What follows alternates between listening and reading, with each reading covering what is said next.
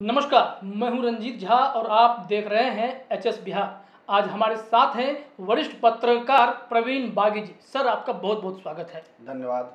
बिहार विधानसभा चुनाव की रणभेड़ियां बज चुकी हैं। चुनाव आयोग आने वाले कुछ दिनों में बड़ी घोषणा कर सकता है। फिर आपको अपडेट मिल जाएंगे कि कब किस चरण में बिहार में मतदान होने हैं। लेकिन इस बीच तमाम राजनीतिक दल अपनी रणनीतियां बनाने में जुटे हुए हैं। हर विरोधी एक दूसरे को घेरने की कोशिश कर रहा है, मुद्दे तलाशे जा रहे हैं जिससे कि विपक्ष को या विरोधियों को चित किया जा सके।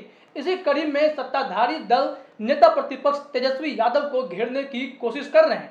इसी मामले पर आज हम बात करेंगे प्रवीण बागी सर से कि सर, तेजस्वी यादव को इन दिनों लगातार घेरने की कोशिश हो रही है। न उन्हें आगे चलने दिया जा रहा है, न पीछे चलने दिया जा रहा है। देखेंगे आप तो पोस्टर लगा है तेजस्वी यादव का पूरे मार्केट में कि तेजस्वी यादव अकेले दिख रहे हैं और उसमें कोई नहीं दिखता है। तो उन पे आरोप लग रहा है कि ये औरंगजेब बनने जा रहे हैं, अपने पिता से सत्ता छीनने की कोशिश कर रहे हैं। और कुछ दिनों पहले तक अगर परिवार का फोटो लग रहा था तो कहा जा रहा था कि ये वंशवाद की परिभाषा करते हैं, इनकी पहचान यही है। तो तेजस्वी यादव को ये किस तरह से फंसाने की कोशिश हो रही है, क्या है सर? तेजस्वी यादव पे आप कुछ अपनी बातें करें। देखिए, एक बहुत पुरानी कहावत है जी आगे कुआं पीछे खाई। जी। वही स्थिति आज तेजस्वी यादव के लिए हो गई है। और तेजस्वी यादव की अपनी गलती इसमें नहीं है, ज़्यादा गलती उनकी नहीं है। ये उनके पिता की गलतियों की सजा पुत्र को भुगतनी पड़ रही है, ये मुझे लगता है। और तेजस्वी यादव एक तरह से ये कहिए कि पूरे सत्तारूढ़ दल पर भारी हैं जी। क्योंकि अगर सत्तारूढ़ दल के पास अपनी उपलब्धियां बयां करने के लिए मुद्दे होते जी। तो वो इस तरह से तेजस्वी यादव को नहीं घेरता। जी। मगर वो अपनी उपलब्धियां गिनाने के बजाय अपने कार्य जो किए हैं सरकार ने पिछले 5 साल में वो बताने के बजाय वो तेजस्वी यादव को मुद्दा बनाने की कोशिश कर रहा है, क्योंकि उसे ये लग रहा है, जो रूलिंग पार्टी है उसको ये लग रहा है कि अगर हम तेजस्वी यादव को घेरें तो हमारी कमियां छिप जाएंगी और तेजस्वी यादव के जो पिताजी ने जो गलती की उसको हम उजागर करके उसके नाम पर वोट ले लेंगे और तेजस्वी यादव को अलग थलग कर देंगे। मगर ये भूल है, सत्तारूढ़ दल की ये भूल है, ये सोच जो है उसमें बहुत दम नहीं है। क्योंकि जो उनका वोटर है, जो आरजेडी का वोटर है, वो जानता है कि लालू यादव कौन है, तेजस्वी यादव कौन है और तेज प्रताप यादव कौन है, राबड़ी देवी कौन है, पूरे परिवार को जानता है। और उस पार्टी में जो नेता हैं वो भी जानते हैं, उनके भूत भविष्य वर्तमान सब के बारे में जानकारी है और फिर भी वो उनके साथ है और अलग नहीं हो रहा है। तो अब कोशिश इनकी ये है कि कैसे उसकी एकता को खंडित किया जाए। जो वोटर उनके साथ जुड़ा हुआ है अभी भी, उसको कैसे उससे दूर किया जाए और अपने पाले में किया जाए। मगर वोटर अभी भी उनके साथ है और वो सब कुछ जानते हुए साथ है, तो ये उसकी प्रतिबद्धता है वोटरों की। तो ये टूटने वाला नहीं है, थोड़ा उसमें दरार जरूर पड़ सकता है, कुछ एक लोग इधर उधर जा सकते हैं, वो हर चुनाव में लोग जाते हैं। रूलिंग पार्टी से भी लोग उधर जा रहे हैं, उधर से भी इधर आ रहे हैं। ये जरूर है कि उधर से इधर आने वालों की संख्या ज़्यादा है, मगर उसका बहुत ज़्यादा असर नहीं पड़ेगा। आप देखिए, और एक बात ये हो रही है कि 15 साल बनाम 15 साल ये किया जा रहा है। 15 साल बनाम 15 साल क्यों भाई? ये चुनाव तो 5 साल के बाद हो रहा है और चुनाव का मतलब ये होता है कि जो रूलिंग पार्टी है, जो सरकार चला रही है, वो अपने कामों का हिसाब देती है जनता को। जिस मैनिफेस्टो के आधार पर उसने वोट लिया और 5 साल तक शासन किया, तो उस मैनिफेस्टो में उसने क्या क्या काम किए, क्या उसकी कमी रह गई और क्या उसने पूरा किया, ये जनता को हिसाब देना है। मगर उस हिसाब देने से बचने के लिए वो मुद्दे को भटका रही है, तेजस्वी यादव को घेरने, तेजस्वी यादव को मुद्दा बना रही है। तो ये सत्तारूढ़ दल की कमजोरी है। और आप देख लीजिए कि तेजस्वी यादव अभी भी भारी पड़ रहे हैं, एक अकेला तेजस्वी और इतने राजनीति के धुरंधर खिलाड़ी एनडीए में, और वो सब घेर रहे हैं अकेले एक तेजस्वी को। और ये कहा जाए कि एक तरह से दुर्भाग्य भी है कि जो आरजेडी के नेता हैं, बड़े सीनियर लीडर जो हैं, जो लालू के साथ काम कर चुके हैं, वो लोग ऐसे में खामोश हैं। तेजस्वी को उन लोगों ने अकेला छोड़ दिया है। तो एक नौजवान अकेला राजनीति के दिग्गजों से जूझ रहा है और अब जनता क्या फैसला करती है ये तो चुनाव के बाद पता चलेगा। इसमें एक चीज़ ये सवाल उठता है, आरोप लगता रहता है तेजस्वी यादव पर कि वो अपनी रणनीति जो है वो अकेले बनाते हैं। इसमें जो पुराने लोग थे, जो लालू यादव के करीबी लोग थे, उन लोगों को शामिल नहीं किए जाने के आरोप तेजस्वी यादव पे लगता है। और एकला चलो राह जो उन्होंने अपनाया है, अभी जो उनका पोस्टर आप देखेंगे तो कहीं कहीं ऐसा लगता है कि वो राजद की जो मूल पहचान है, जो उनको कोर वोटर्स हैं, उनको बदलने की कोशिश हो रही है। इस बात में कितना दम लगता है? क्योंकि पार्टी लाइन के खिलाफ आप देखेंगे जो पूरी भूमिका है, MY समीकरण के नाम से राजद को बेसिकली जाना जाता था, और बाकी जो कहते थे कि दलित वोटर को जिन्न कहा जाता था, ये जिन्न वाला बूथ है। लेकिन तेजस्वी यादव ने पूरे समीकरण को बदलने की कोशिश की। तो ये लालू यादव की पार्टी को बदलने की कोशिश, लालू यादव के पहचान को छुपाने की कोशिश, क्या ये आरोप तेजस्वी यादव पर सही है? ये आपने ठीक कहा, तेजस्वी यादव ट्रांसफॉर्मेशन कर रहे हैं अपनी पार्टी का। RJD और लालू यादव के जो कार्यकलाप रहे हैं, जिसके चलते लालू यादव आज जेल में हैं और जिसकी सजा तेजस्वी आज भुगत रहे हैं और पूरी RJD भुगत रही है, सत्ता से बाहर हो गई और निकट भविष्य में सत्ता में फिर आने की संभावना भी बहुत कम दिखती है। तो तेजस्वी इस चीज को समझ रहे हैं, वो लालू की छाया से, लालू के प्रभाव क्षेत्र का उपयोग जरूर करना चाहते हैं, मगर लालू की छाया से मुक्त होना भी चाहते हैं जी।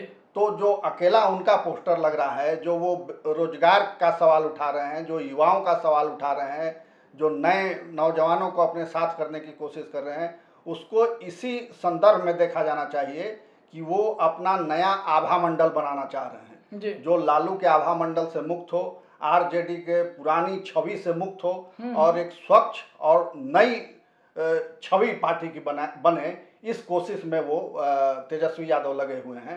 अब हो सकता है कि इसमें उनको लंबा समय देना पड़े, तब एक छवि बन पाए, क्योंकि पुरानी छवि को खंडित करके नई छवि बनाना थोड़ा कठिन होता है। तो ये इस चुनाव में हो सकता है वो पूरा नहीं हो पाए जो वो लेकर के सपना चल रहे हैं, मगर 1-2 चुनाव के बाद इसका हमको लगता है कि जरूर अच्छा रिजल्ट आएगा। इन दिनों अगर राजद में देखा जाए तो सवर्णों की गतिविधियां बढ़ी हैं, उनकी भूमिका पार्टी में बढ़ा दी गई है। तेजस्वी यादव जिस चीज़ के लिए जाने जाते रहे थे अपने पिता की छवि के लिए, उसको तोड़ते हुए अभी देखिए आप, जो जगदानंद सिंह हैं वो राजपूत बिरादरी से आ रहे हैं, इन्हें प्रदेश अध्यक्ष की जिम्मेदारी दी गई। इसके बाद जो राज्यसभा में भेजने की बात हुई तो वहाँ पर अमरेंद्रधारी सिंह को भेजा गया। तो कुल मिलाकर देखा जाए तो सवर्ण के प्रति एक लगाव तेजस्वी का बढ़ा है। ये सोच कैसे आई है? क्या लोकसभा चुनाव के दौरान जो सवर्णों के खिलाफ बोलने वाली बात थी उसका असर था, उसका नेगेटिव प्रभाव पड़ा, या फिर ये लगता है कि तेजस्वी यादव वही करना चाहते हैं जो इससे पहले तक भाजपा के ऊपर छवि थी, कांग्रेस के ऊपर छवि थी कि ये सवर्णों की पार्टी कहलाती थी? तो क्या राजद को उस ओर ले जाया जा रहा है, सब दल की पार्टी या सवर्णों की पार्टी? देखिए, आपको याद होगा कि तेजस्वी ने शुरू में खेद व्यक्त किया था, माफ़ी मांगी थी लोगों से कि अगर पहले हमारी पार्टी से कोई भूल हुई हो, हमारे नेतृत्व से कोई भूल हुई हो तो हम उसके लिए माफ़ी चाहते हैं और आपको विश्वास दिलाते हैं कि अब ऐसा कुछ नहीं होगा। अब राजद नए तरीके से काम करेगी, नई मैनिफेस्टो के तहत, नई नीति के तहत काम करेगी। तो उसी उनका जो प्रायश्चित था, उसी प्रायश्चित का ये प्रतिफल है कि वो एक नई राजद गढ़ना चाह रहे हैं, उसकी नई पॉलिसी बना रहे हैं और वो समझ चुके हैं कि सिर्फ MY समीकरण से अब चुनाव नहीं जीता जा सकता, क्योंकि यादव भी अब पूरी तरह से उनके साथ नहीं है, मुस्लिम भी पूरी तरह से उनके साथ नहीं है। तो एक नया वो वोट बैंक अपना बनाना चाह रहे हैं, जिसमें उनका मुख्य फोकस युवा वर्ग पर है, युवा वर्ग, क्योंकि बेरोजगारी बहुत बड़ी समस्या है बिहार में और यहाँ शिक्षा की भी बड़ी समस्या है। शिक्षा के लिए भी बिहार की हालत आज ये हो गई है, 15 साल सुशासन का राज होने का दावा जरूर करते हैं, मगर बिहार की स्थिति ये है, कहने में तकलीफ भी होती है कि आपको इलाज कराना हो बेहतर तो बिहार से बाहर जाना पड़ेगा, अच्छी शिक्षा लेनी हो तो बिहार से बाहर जाना पड़ेगा, अच्छी नौकरी करनी हो तो बिहार से बाहर जाना पड़ेगा, अच्छा लाइफ स्टाइल अगर आप जीना चाहते हैं तो बिहार से बाहर जाना पड़ेगा। तो आखिर 15 साल में आपने कैसा बिहार बनाया? इस बिहार की तो कल्पना नहीं लोगों ने की होगी।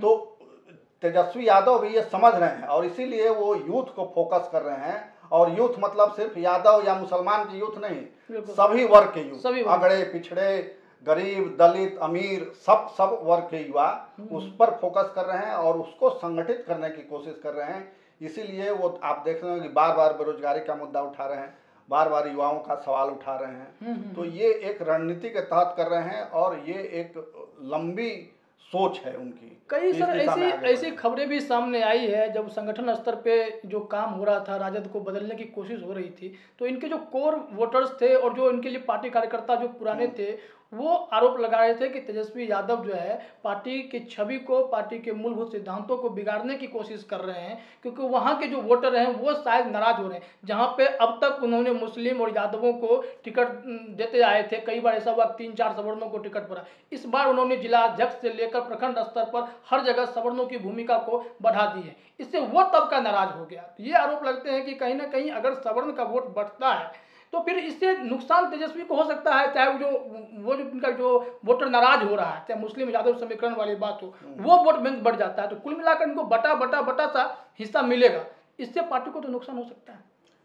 नहीं, देखिए, अगर उनका MY समीकरण इंटैक्ट रहता तो लालू यादव नहीं हारते जी, मगर अपने समीकरण के बावजूद वो हार जी। गए। इसका मतलब कि उनका आधार वोट उनसे टूटा। हम्म, तो उसकी भरपाई कैसे होगी? या तो फिर उसी आधार वोट को आप एक साथ कीजिए, संगठित जी। कीजिए, या फिर एक दायरा को और बड़ा बनाइए। तो तेजस्वी अपने दायरे को बड़ा बना रहे हैं और वो ये समझ रहे हैं कि जो 20 साल पहले, 25 साल पहले उनके पिताजी ने जो राजनीति की, वो राजनीति आज संभव नहीं है।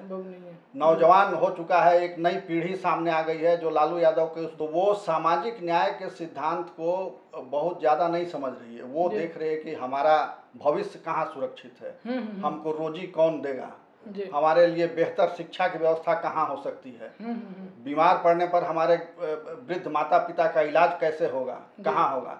तो ये सपना दिखलाया जरूर NDA ने, मगर NDA उसको पूरा नहीं कर सकी। तो इसी सपने को अब तेजस्वी नए पैकेजिंग करके सामने ला रहे हैं, नए पैकेजिंग के रूप में सामने ला रहे हैं। अब उसमें कितनी सफलता मिलेगी ये अभी कहना मुश्किल है, मगर ये उनका प्रयास जरूर सराहनीय है। ये एक आखिरी सवाल ये है कि सारी बातें हो गई, हमने विरोधियों की बात कर ली, महागठबंधन जो उनका पूरा जो एक पैकेज है सारे दलों का, इसमें सर्वसम्मति से अभी भी तेजस्वी यादव के एक्सेप्टेंस पर सवाल है। तो तेजस्वी यादव जिस गति से आगे बढ़ रहे हैं, तो ऐसे में महागठबंधन को साथ लेकर चलना और महागठबंधन को यह समझना कि तेजस्वी ही नेतृत्व है करता है, यही लीडर हैं, यह राहें तेजस्वी के लिए कितनी आसान है और कितनी मुश्किल है? इसमें जरूर तेजस्वी हम कहेंगे कि फेल हुए हैं, क्योंकि अपने महागठबंधन के साथियों को एकजुट रखने में वो विफल रहे हैं। नेताओं से बातचीत नहीं करते हैं, कम्युनिकेशन गैप है, और NDA जहां लगभग सीट बंटवारा उसके यहाँ तय हो चुका है, मगर महागठबंधन में अभी नेता का ही सवाल उलझा हुआ है, सीटों की तो बात ही नहीं हुई है।